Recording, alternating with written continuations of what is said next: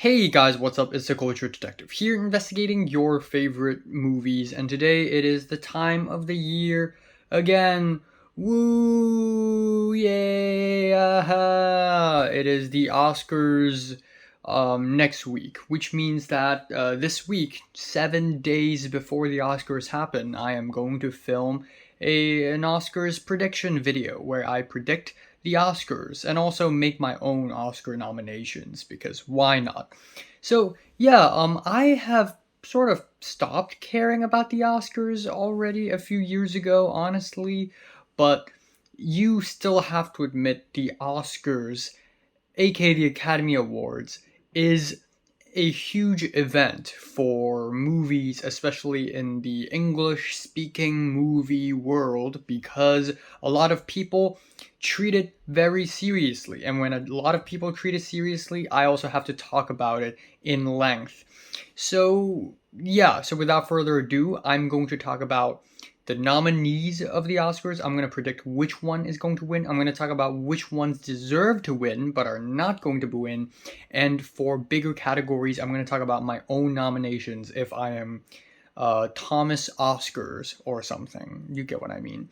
So let's start off with the small ones that I don't really know too much about, but still know enough to talk about it.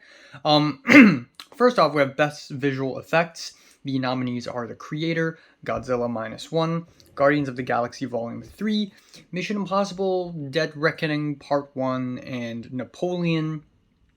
I am 99% sure that they're going to give it to Godzilla Minus One. I think they deserve it.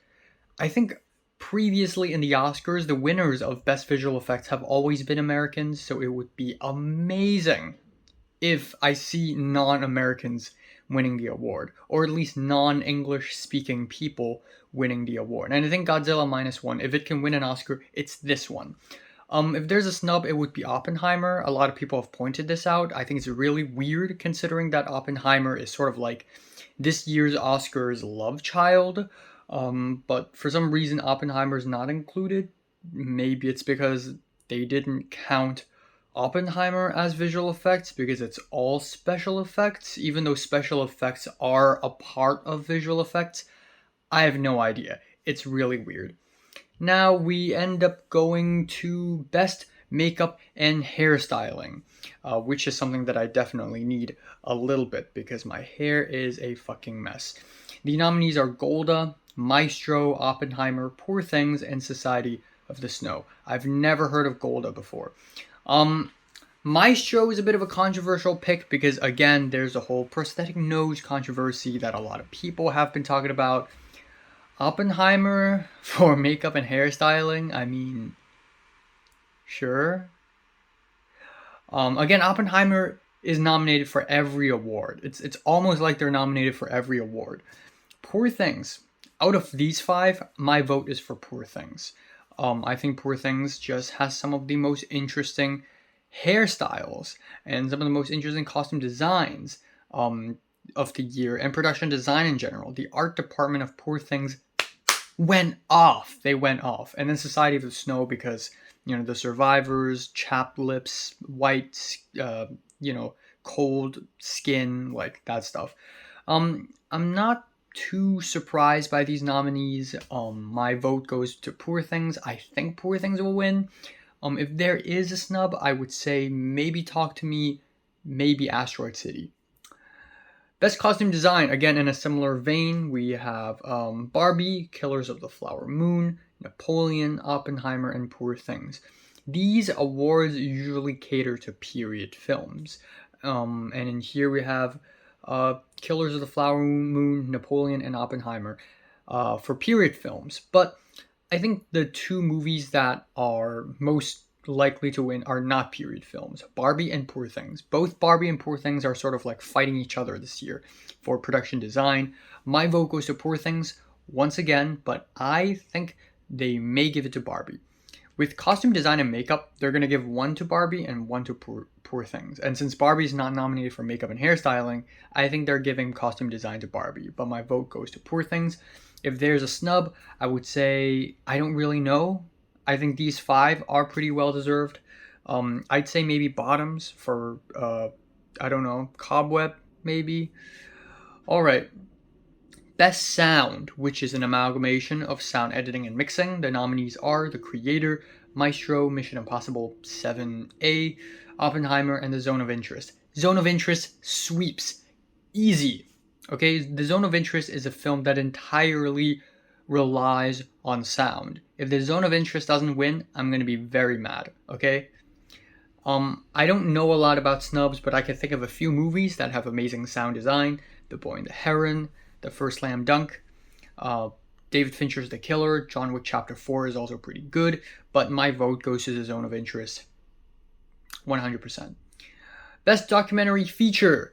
Bobby Wine, The People's President, The Eternal Memory, Four Daughters, To Kill a Tiger, and 20 Days in Mariupol. I'm going to be honest here, I haven't seen any of them aside from 20 Days in Mariupol, and I've only seen half of it. I'm going to finish half of it later today.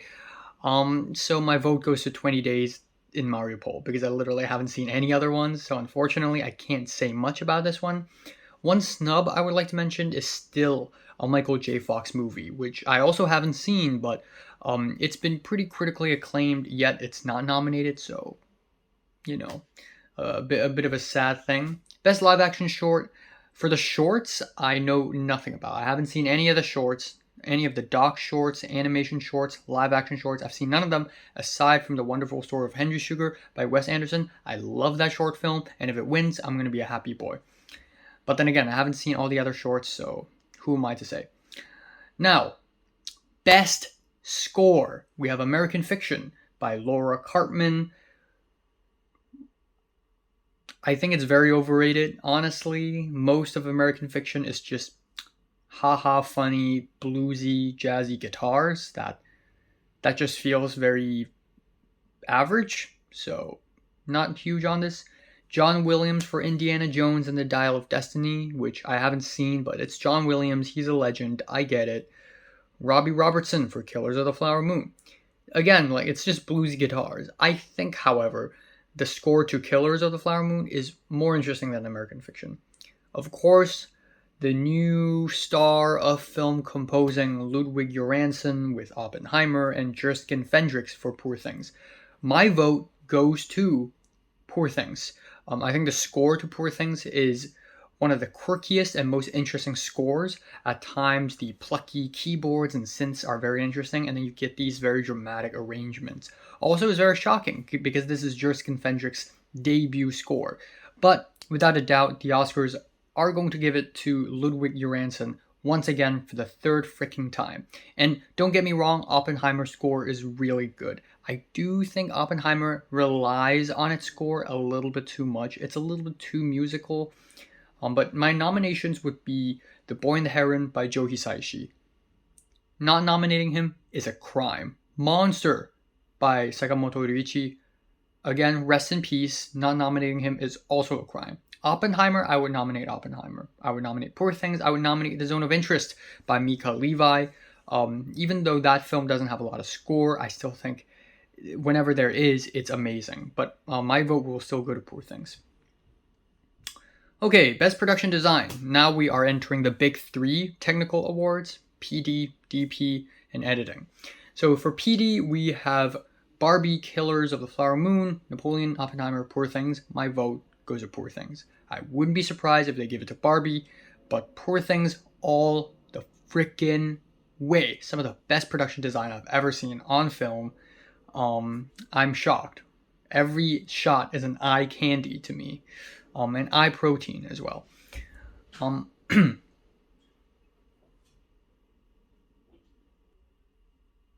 Okay, my nominations for the 5 would be Asteroid City, Barbie, Beau is Afraid, Fuck It, Full Rev Red, and Poor Things. Asteroid City, completely 0 nominations in the Oscars this year, which is really sad considering how much they love Wes Anderson's work. Beau is Afraid, again, 0 nominations, but honestly, the production design of Beau is Afraid is one of its strongest elements. Full River Red, because I love myself some Chinese period films, even though it's clearly shot on some park, like some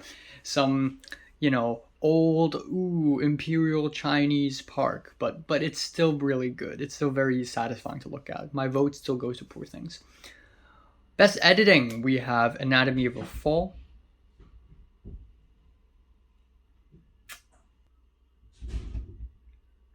Okay. Best editing, we have Anatomy of a Fall by Laurent Sénéchal. The Holdovers by Kevin Tent. Killers of the Flower Moon by the legendary queen of editing herself, Thelma Schoonmaker. Oppenheimer by Jennifer Lame. And Poor Things by Yorgos Mavropsaridis. I'm sorry. My vote goes to Anatomy of a Fall. Now, Killers of the Flower Moon's editing, top notch, cream of the crop. But the Oscars is an award show that champions lesser known crew members and cast members in movies. And Thelma is amazing. She's amazing. But I really wish they could give it to Anatomy of a Fall. Because not only is Anatomy of a Fall some of the best editing of the year, but also this is a lesser known editor that I think more people should learn about, and she should be more recognized. My nominations would be Anatomy of a Fall by Laurent Sénéchal, Beau is Afraid by Lucien Johnson, Dream Scenario, Christopher Borgli, some of the best editing of the year, Killers of the Flower Moon by Thelma, Poor Things by Yorgos Mavropoulos. My vote still goes to Anatomy of a Fall. Now we have the important one, cinematography. The nominees are El Conde by Edward Lackman. Hell yes, I haven't seen the movie, but the trailer looks amazing. And something's telling me that this is some of the best black and white cinematography of the year. Killers of the Flower Moon by Rodrigo Prieto, Maestro by Matthew Libatique, Oppenheimer by Hoyte van Hoytema, Poor Things by Robbie Ryan. All five of them are really good, really solid picks. My vote goes to Poor Things. I think they're going to give it to Oppenheimer because, 70mm IMAX, But I think Hoyte van Hoytema is an amazing DP. Oppenheimer, I don't think is his best work. I think his work on Nope is way better, and Nope is not nominated last year. Boo-hoo. Robbie Ryan's cinematography is amazing. The cinematography is just so full of style. Here's my top 5. My nominees. Cobweb by Kim Ji-young. This is surprisingly some of the most well-shot shots of the year in the Korean film Cobweb. The use of wide lens, the lighting is super cinematic and super textured, and it came as no surprise that Kim Ji-young is the same DP behind Decision to Leave, one of the most well-shot movies I've seen from the 2020s and from the 21st century period. El Conde by Edward Lackman, Maestro is great, Poor Things is great. I also need to give a shout out to Saltburn by Linus Sandgren. The only good thing about Saltburn is its cinematography. And honorable mentions, Oppenheimer. Didn't get in the list. And The Zone of Interest by Łukasz Żal. Łukasz Żal? Yeah, the only thing that's keeping The Zone of Interest from entering the list is it's not really cinematography. A lot of the movie is just surveillance camera, but it still looks really great. But out of the 5 I nominated, I would still vote for Poor Things. Yeah. Or Cobweb. Honestly, really good. Best Animated Feature nominees are The Boy and the Heron, Elemental, Nimona, Robot Dreams, Spider-Man Across the Spider-Verse. I've only seen The Boy and the Heron and Spider-Man Across the Spider-Verse, and between the two, even though I really like Spider-Man, I will vote for The Boy and the Heron because Ghibli films are not loved enough in the Oscars, and they should definitely make up for the crime that is not nominating Joe Hisaishi. The snubs are The First Slam Dunk and Suzume. Both films are fantastic, but according to the Oscars, Studio Ghibli is the only studio that makes anime. Okay, so Best Adapted Screenplay, we have American Fiction, of course, because it is a story about writing, so of course it's nominated. Barbie, Oppenheimer, Poor Things, and The Zone of Interest. Ooh. My vote goes to The Zone of Interest. I love, love, love Poor Things, but what's even more impressive to me is how Jonathan Glazer took the book Zone of Interest and deconstruct it and just use its setting, and that's it. I think that's a very bold take on the adaptation of that novel. Poor Things is great too, but again, Oppenheimer is the Oscars' love child this year. They're going to give it to Oppenheimer. Oppenheimer is going to sweep the entire Oscars. Christopher Nolan will go home with 10,000 awards. But I think they're going to give it to Oppenheimer, but my vote goes to The Zone of Interest.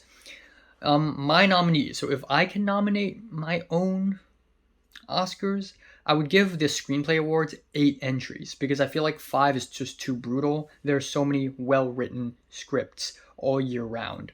The first Slam Dunk, where the director adapts his own manga, which is great. Godzilla Minus One is an adaptation of the Godzilla story. Really well done. How to Blow Up a Pipeline. Killers of the Flower Moon, which is the one that I'm going to vote for. It's an absolute crime that this is not nominated. Poor Things, Spider-Man Across the Spider-Verse. The Wonderful Story of Henry Sugar. I don't know if short films are eligible, but I'm just going to put that there. The Zone of Interest. If it isn't eligible, I may nominate The Iron Claw, even though I haven't even seen that. But it's been very critically acclaimed. And it's sad that The Iron Claw is released a little too late for the Oscars to notice it, because if it's released a little earlier, it would have been huge. Alright.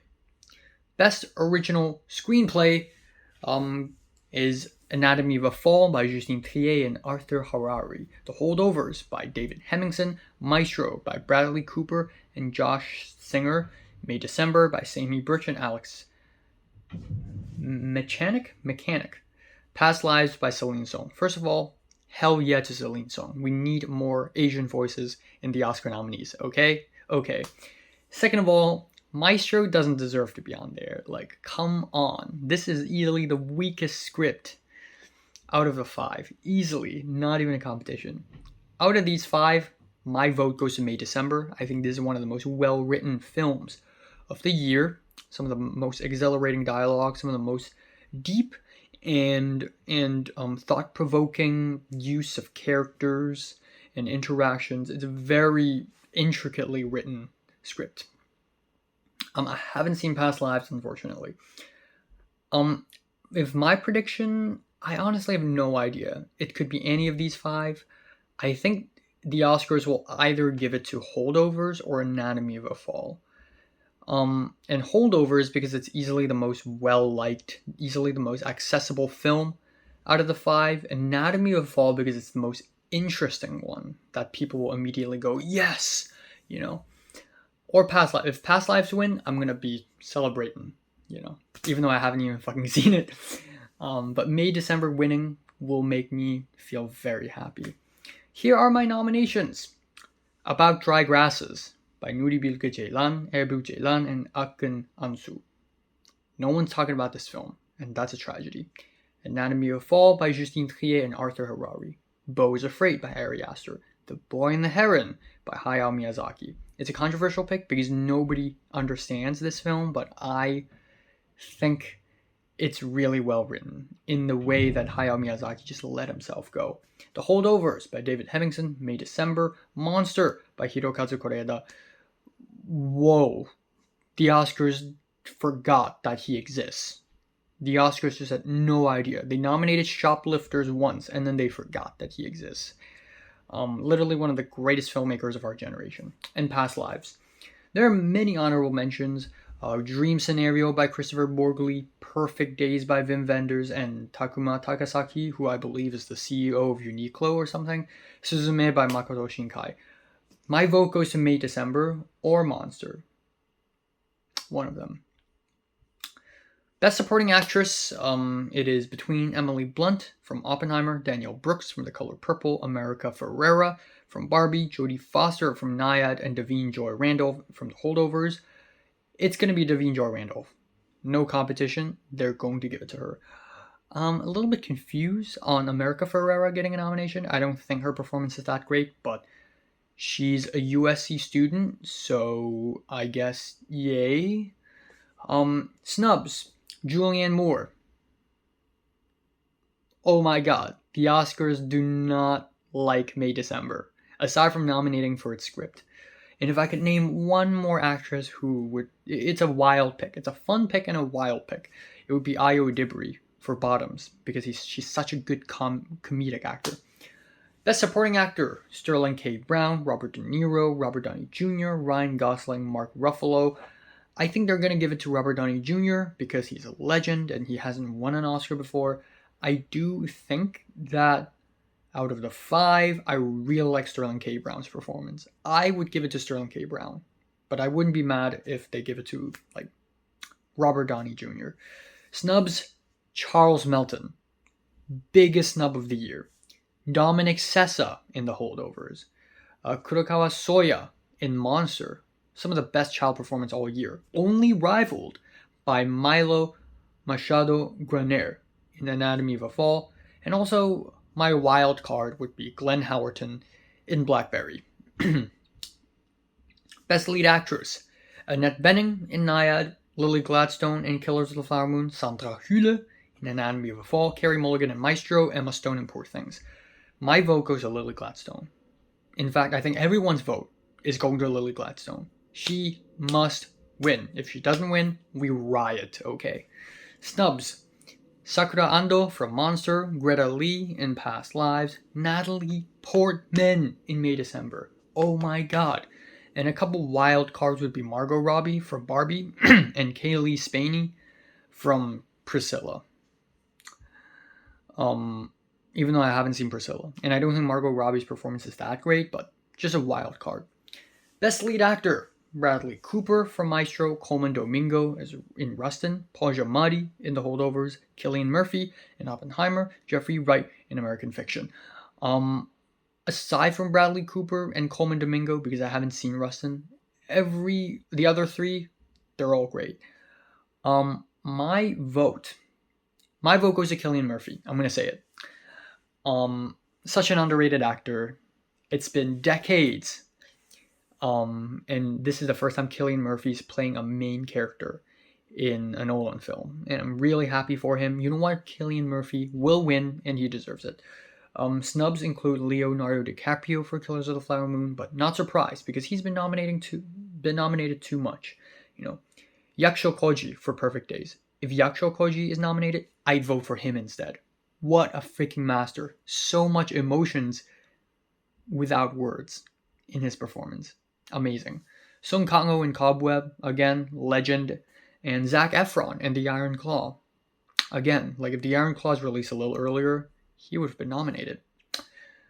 Best Director. Best International Picture first. Io Capitano for Italy, Perfect Days from Japan, Society of the Snow from Spain, The Teacher's Lounge from Germany, The Zone of Interest in the UK. I haven't seen Io Capitano and The Teacher's Lounge, but I will watch them very soon. It's a shame that Japan submitted Perfect Days and not Monster. But Perfect Days is fucking amazing as well. And France submitted The Taste of Things and not Anatomy of a Fall, which is bollocks. Like, Anatomy of a Fall is a Palme d'Or winner. You do have to realize that, right? So here are my noms. Okay, out of the 5, my vote is Zone of Interest. My nominations will expand the category to 10 films, because I think there are way more than 10 movies every single year, not from an English-speaking country, that is amazing. And The Zone of Interest is German. Even though it's UK because of the director, it's actually German. So, my nominations would be About Dry Grasses, Anatomy of a Fall, The Boy and the Heron, Fallen Leaves, The First Slam Dunk, Godzilla -1, Monster, Perfect Days, Society of the Snow, and The Zone of Interest. I know Japan has appeared on this list 5 times, but they do make some banger movies. And my vote will still go to The Zone of Interest. The director. Oh man, again, it's just, they only pick 5 every year. That's not fair. They should have gone for 10. But the director nominations are Justine Triet, Martin Scorsese, Christopher Nolan, Yorgos Lanthimos, Jonathan Glazer. They're going to give it to Nolan. My vote goes to Jonathan Glazer, though. Even though I love Nolan, he's awesome, but if you want to talk directing, if you want to talk the use of the camera, the use of sound, the use of art, Jonathan Glazer or Yorgos Lanthimos. It's a toss-up between the two. I do think the director that like punched me in the face more is Jonathan Glazer, but they're going to give it to Nolan. My nominations, I would expand it to 10 entries. It would be Justine Triet, Hayao Miyazaki, Martin Scorsese, Todd Haynes, Koreeda Hirokazu, Christopher Nolan, Celine Song, Wim Wenders, Yorgos Lanthimos, and Jonathan Glazer, and I would still give it to Jonathan Glazer. The honorable mentions would be Alexander Payne for The Holdovers, Nuri Bilge Ceylan for About Dry Grasses, Ari Aster for Beau is Afraid, Wes Anderson for Asteroid City, and Greta Gerwig for Barbie. Again, more of a wild card here. I think Lady Bird is way more well-directed than Barbie, but wild card. Now we move on to Best Picture, the big one, the big award, yay. The nominees are American Fiction, Anatomy of a Fall, Barbie, Holdovers, Killers of the Flower Moon, Maestro, Oppenheimer, Past Lives, Poor Things, Zone of Interest. They're going to give it to Oppenheimer. Like, I'm pretty sure, I'm like 75, maybe even 80% sure that the Oscars will give it to Oppenheimer. And again, it's very good. This lineup is probably the best lineup of films since 2019. Like, this is a very strong lineup of films. A lot of them deserve Best Picture. I mean, Killers of the Flower Moon, for one. Poor Things, I want to see get Best Picture because it's so out there, it's so wild, and the production is just off the roof. I love The Zone of Interest. I love it, but I do think it's a little too weird for the Oscars. I'd say Oppenheimer. Now, here are my nominations. Anatomy of a Fall, The Boy and the Heron, Killers of the Flower Moon, May December, Monster, Past Lives, Perfect Days, Poor Things, Spider-Man Across the Spider-Verse, and The Zone of Interest. With honorable mentions being All of Us Strangers, The Iron Claw, Godzilla Minus One, The First Slam Dunk, The Holdovers, and Oppenheimer. Yes, I will not nominate Oppenheimer. I do think it's a little overrated. And finally, for the video, I'm going to rank all the Best Picture nominees. I haven't seen Past Lives, unfortunately. I will at some point in the future, but now is not a good time. So number 9, Maestro. This is easily one of the weakest scripts of the year, honestly. No idea why it's nominated. Maybe it's because it's Oscar baity. Oh, it's a biopic. Oh, it's about an artist, a composer, and, he's struggling with his sexuality. Oh, yeah, it's an Oscar bait. Number 8, I would give it to American Fiction. Yeah, it's not the strongest script here. Number 7, I'd give it to Barbie. Number 6, I would give it to Oppenheimer. I do think Oppenheimer is a tad bit overrated by people. The first half of the film is just too choppy for me. I'm sorry. Number 5, I would give it to The Holdovers. And it's amazing. Number 4, I'd say Anatomy of a Fall. Yes, Anatomy of a Fall for number 4. Number 3, I would give it to Poor Things. Number 2, Killers of the Flower Moon. Number 1 is The Zone of Interest. Even though if I could vote, I wouldn't give it to The Zone of Interest. It's the most interesting film of the year for me, but it's also not the one that like crushed me and grabbed me and ripped me apart and made me anew, But it is, I think, conceptually the most interesting of the year. I would still love to see Poor Things win. If I'm the Academy, I would vote for Poor Things. But I do think they're going to give it to Oppenheimer. So, yeah, these are the Oscar nominees and my nominees. What are yours? Comments below. Let me know. Subscribe if you want more. Thanks for watching.